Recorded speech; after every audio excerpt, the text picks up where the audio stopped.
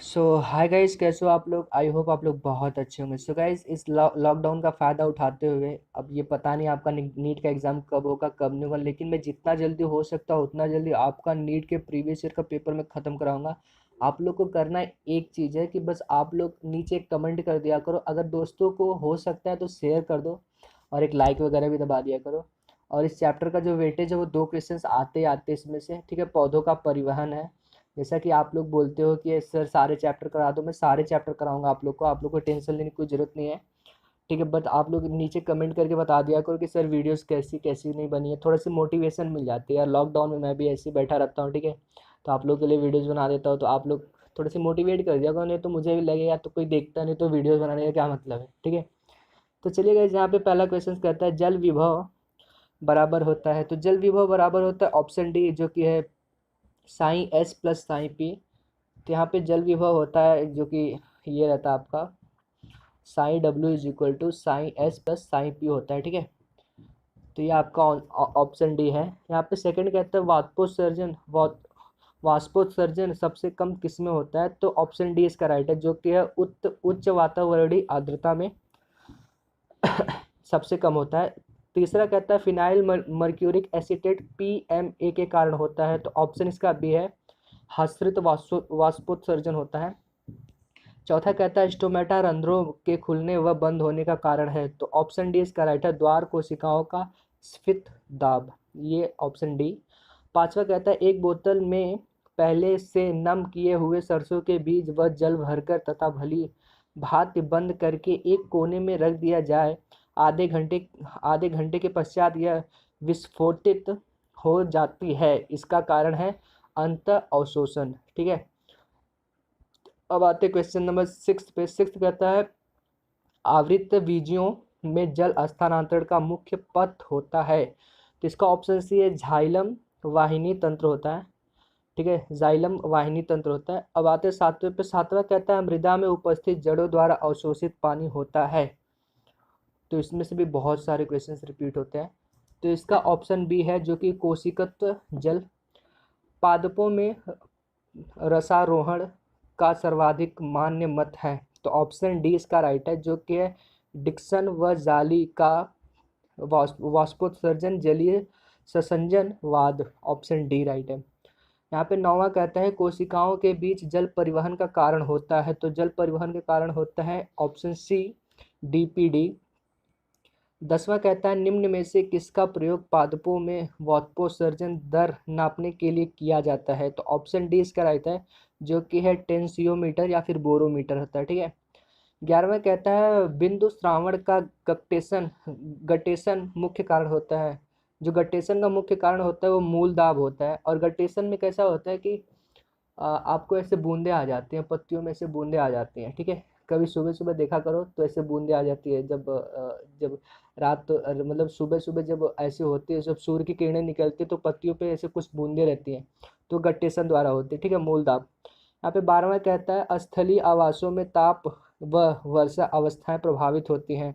तो option B इसका right है, जो कि वाष्पोत्सर्जन से होती है, ठीक है। 13वां कहता है स्टार का कार्बनिक अम्लों में परिवर्तन आवश्यक होता है। तो ऑप्शन ए इसका राइट है, रंध्रों के खुलने के लिए होती है, ठीक है। अब आते क्वेश्चन नंबर 14 पे।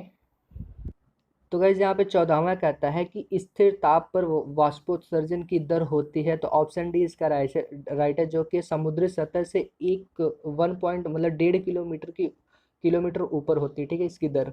अब आते हैं यहाँ पे 15वां कहता है द्वार कोशिकाओं में शर्करा जब मंड में परिवर्तित हो जाती है तो स्टोमेटा रंध्र पूर्ण रूप से बंद हो जाता है, ठीक है। अब यहाँ पे 16वां कहता है अमीनो अम्ल मुख्यतः संश्लेषित होते हैं। तो अल्फा कीटोग्लूटेरिक अम्ल से होते हैं। 17वां कहता है जल तनाव के दौरान निम्न में से क्या उत्पन्न होता है जो रंध्रों को बंद करता है। तो ऑप्शन डी बी इसका राइट है, जो कि एब्सिसिक अम्ल।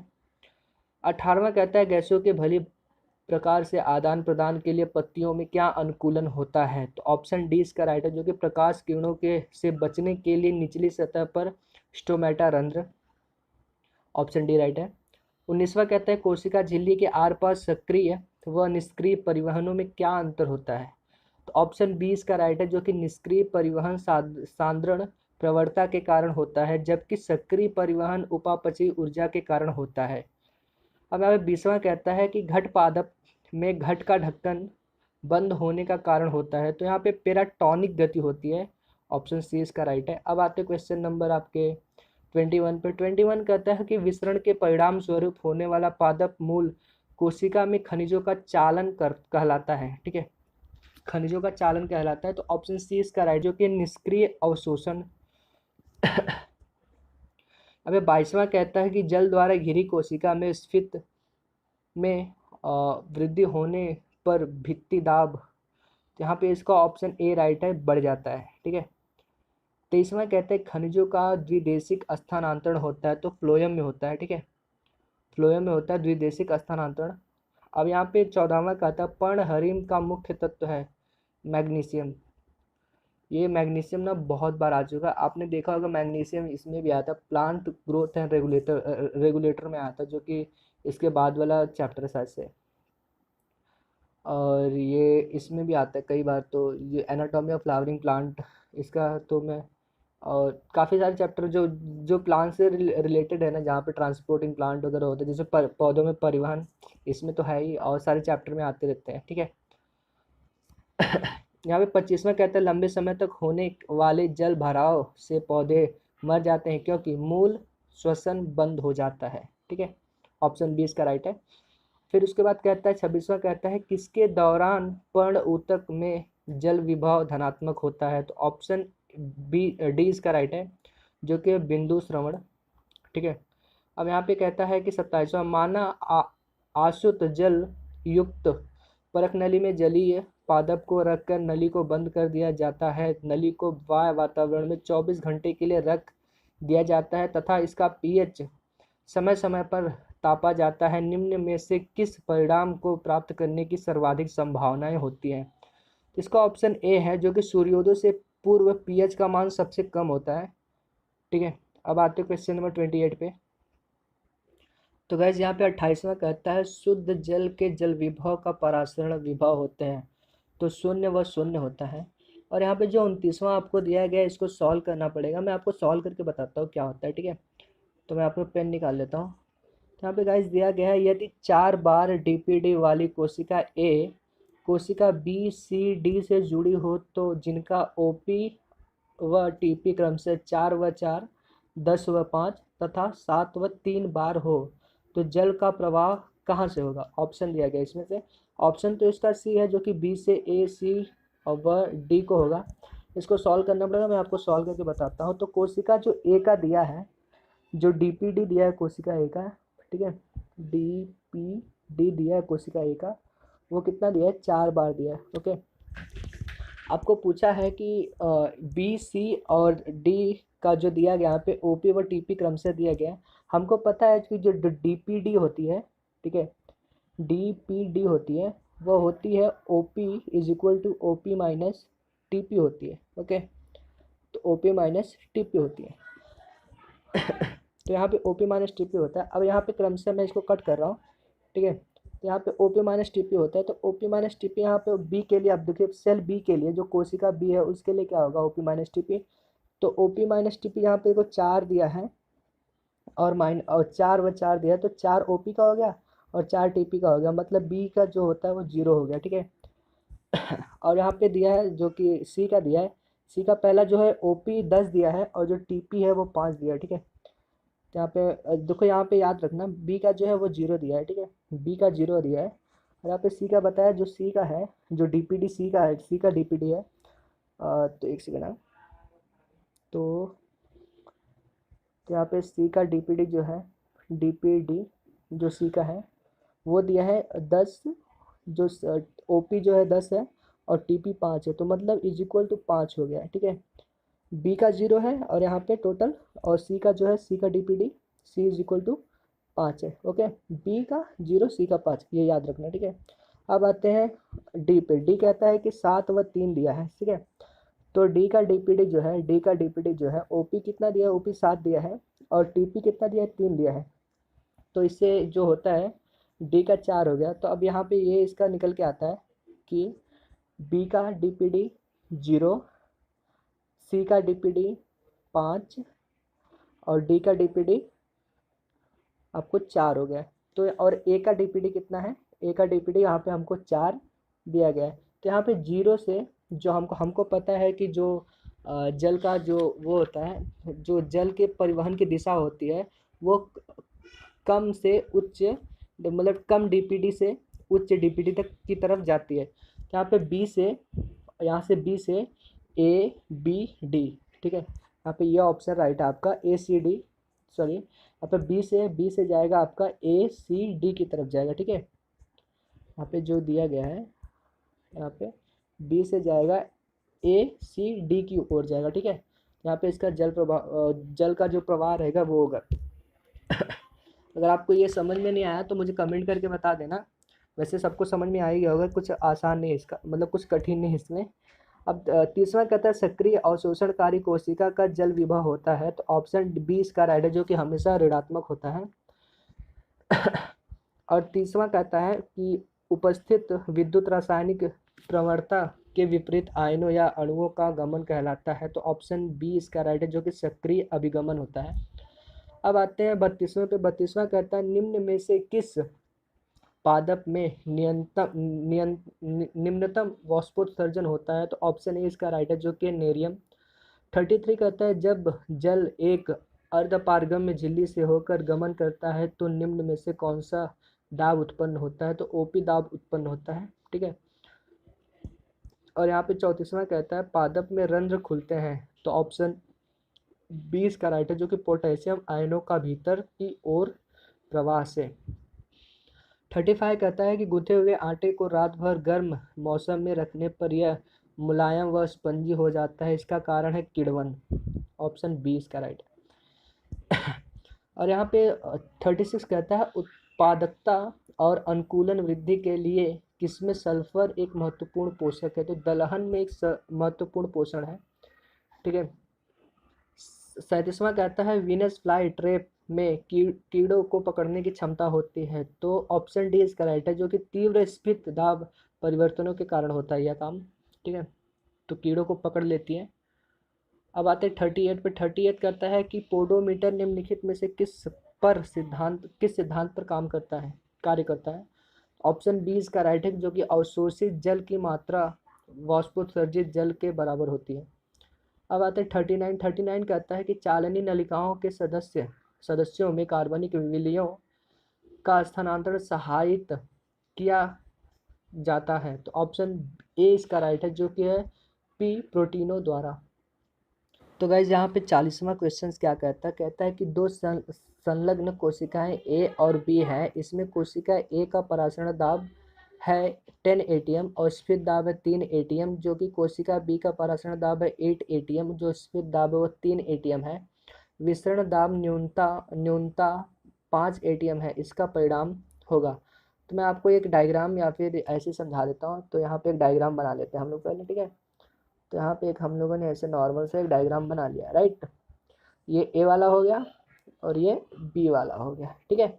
अब यहाँ पे हम लोग को दिया है कि जो ए का है, जो परासरण दाब है, जो ओपी हम लोग को दिया है वो 10 दिया है, ठीक है। ओपी 10 दिया है। पहले मैं फॉर्मूला एक बार लिख देता हूँ, ठीक है, एक सेकेंड थोड़ी सी। तो यहाँ पे डीपीडी क्या होता है हम लोग का, डीपीडी होता है कि एक सेकेंड, डीपीडी हम लोग का होता है TP minus OP minus TP, ठीक है, ओपी माइनस टीपी, जो कि हम लोगों ने इसके पिछले वाले क्वेश्चन को सॉल्व भी किया था, राइट। तो यहाँ पे अब यहाँ पे ये ए वाला है, ये ए वाला है और ये बी वाला है, राइट। तो हम लोग यहाँ पे ओपी हम लोग को क्या दिया है, ओपी जो ए का दिया है वो 10 दिया है और यहाँ पे माइनस, और टीपी क्या दिया हम लोग को 3 दिया है, ठीक है। तो यहाँ पे डीपीडी क्या आएगा, 7 आएगा, राइट, 7 आएगा। और यहाँ पे बी का क्या दिया है, बी का ओपी जो हम लोग का 8 दिया है, राइट, और माइनस टीपी हम लोग का क्या दिया है, टीपी हम लोग का 3 दिया है, ठीक है। और यहाँ पे तो हम लोग का आंसर क्या आएगा, यहाँ पे आंसर आएगा 5, राइट। तो हम लोग का जो फ्लो हो रहा है पानी का, जो H2O का फ्लो हो रहा है वो किधर से किधर को होगा, जो H2O का फ्लो हो रहा है, ए का दिया हम लोग को 7, ठीक है, और बी का दिया हम लोग को 5। तो जो फ्लो हो रहा है तो वो किधर से किधर को होगा, यहाँ से बी से ए को होगा, ठीक है, बी से जो कोशिका बी से ए की जल की गति होगी, ठीक है। तो इसका आपको जो ऑप्शन है वो ऑप्शन ये वाला राइट है, राइट। ए वाला ऑप्शन राइट है, जो कोशिका बी से ए की तरफ होगा, मतलब जो कम दाब से ज़्यादा की तरफ होगा। तो आप समझ रहे हो ना, 5 से 7 की तरफ होगा, ठीक है। तो कम दाब से ज़्यादा की तरफ होगा। तो बस आगे देखते हैं। आगे कहता है कि ये गलत है, ठीक है, इसको ये राइट मत मानना, ये गलत है, ठीक है। अब आते हैं यहाँ पे कहता है कि आपको 41 कहता है कि निम्नलिखित में से कौन सा एक कथन सही है। तो ऑप्शन ए इसका राइट है, जो कि रासायनिक उर्वरकों में अत्यधिक उपयोग से निकटवर्ती जल राशियों में जल सुपोषण हो सकता है, ठीक है। अब आते हैं 42 पे। तो गाइस यहाँ पे 42 क्या कहता है कि रसारोहण के दौरान वाहिकाओं ट्रैकिडो में जल स्तंभ का टूटना एवं प्रभाजन सामान्यतः किसके कारण नहीं होता है। तो ऑप्शन बी इसका राइट है, जो कि ससंजन तथा आसंजन होता है, ठीक है। अब 43 कहता है कि पौधों में कार्बोहाइड्रेट सामान्यतः स्टार्च के रूप में उन भंडारण अंगों में मौजूद होते या पाए जाते हैं जिसमें स्टार्च निम्नलिखित 5 गुणधर्मों ए ई में से वे कौन से गुणधर्म हैं जो उसे एक उपयोगी भंडार पदार्थ बनाते हैं। तो मैं आपको बता दूं, इसका जो आंसर है दूसरा और चौथा है। मैं पढ़ के बताता हूँ आपको। तो यहाँ पे कहता है हम लोग को आसानी से स्थानांतरित किया जा सकता है, ये गलत है, ठीक है। और यहाँ पे दूसरा कहता है कि दूसरा राइट है, जो कहता है कि रासायनिक तौर पर अनअभिक्रियाशील होता है, ठीक है, अभिक्रियाशील नहीं करता ये, ठीक है। और यहाँ पे तीसरा कहता है प्राणी द्वारा आसानी से पचाया जा सकता है, ये भी गलत है। चौथा कहता है परासरण की दृष्टि से निष्क्रिय होता है, ये भी राइट है। पांचवा कहता है कि प्रकाश संश्लेषण के दौरान संश्लिष्ट होता है, ये भी गलत है। तो आपका चौथा और दूसरा राइट है, ठीक है। यहाँ पे ऑप्शन भी है। अब 44 कहता है बिंदु स्राव किसका परिणाम होता है। तो मूल दाब का परिणाम होता है, जो कि इसके पहले भी आ चुका था ये क्वेश्चंस। अब आते हैं 45 कहता है निम्नलिखित में से कौन सा मानदंड संसाधित अभिगमन से संबंध नहीं रखता। तो ऑप्शन सी है ऊर्ध्व अभिगमन, ये उसका आंसर है। 46 कहता है एक लंबे वृक्ष की दारू वाहिकाओं में जल का स्तंभ अपने भार से नहीं टूटता, इसका कारण है जल की सतत शक्ति। ऑप्शन ए इसका राइट है। 47 कहता है किसमें जड़ें जल शोषण में नग्न कार्य करती हैं। तो ऑप्शन ए इसका राइट है, जो कि पिष्टिका। तो गाइस बस आज के लिए इतना। अगर वीडियो अच्छी लगी तो इस वीडियो को आप लोग को पता है, एक छोटा सा कमेंट डाल देना कि वीडियो कैसी बनी, अच्छी बनी। और जो मैंने न्यूमेरिकल सॉल्व करवाए एक बार आप लोग भी सॉल्व करके देखना, क्योंकि ऐसे क्वेश्चंस आने के चांसेस रहते हैं, ठीक है। मैं आप लोग को बता दूं 1988 में वो क्वेश्चंस आया ही था, फिर उसके बाद सन 2007 में वही क्वेश्चंस आ गया, क्या पता सन 2020 में आ जाए, ठीक है। तो कोई नहीं यार, जो भी होगा अच्छा होगा। आपको जो भी ये सारे यहाँ पे बहुत सारे क्वेश्चंस रिपीट हुए देखा जैसे आप लोगों ने। तो वीडियो अच्छी लगी तो लाइक शेयर सब्सक्राइब कर देना, और क्या, एक कमेंट जब पक्का छोड़ देना वीडियो कैसी बनी। Love you guys.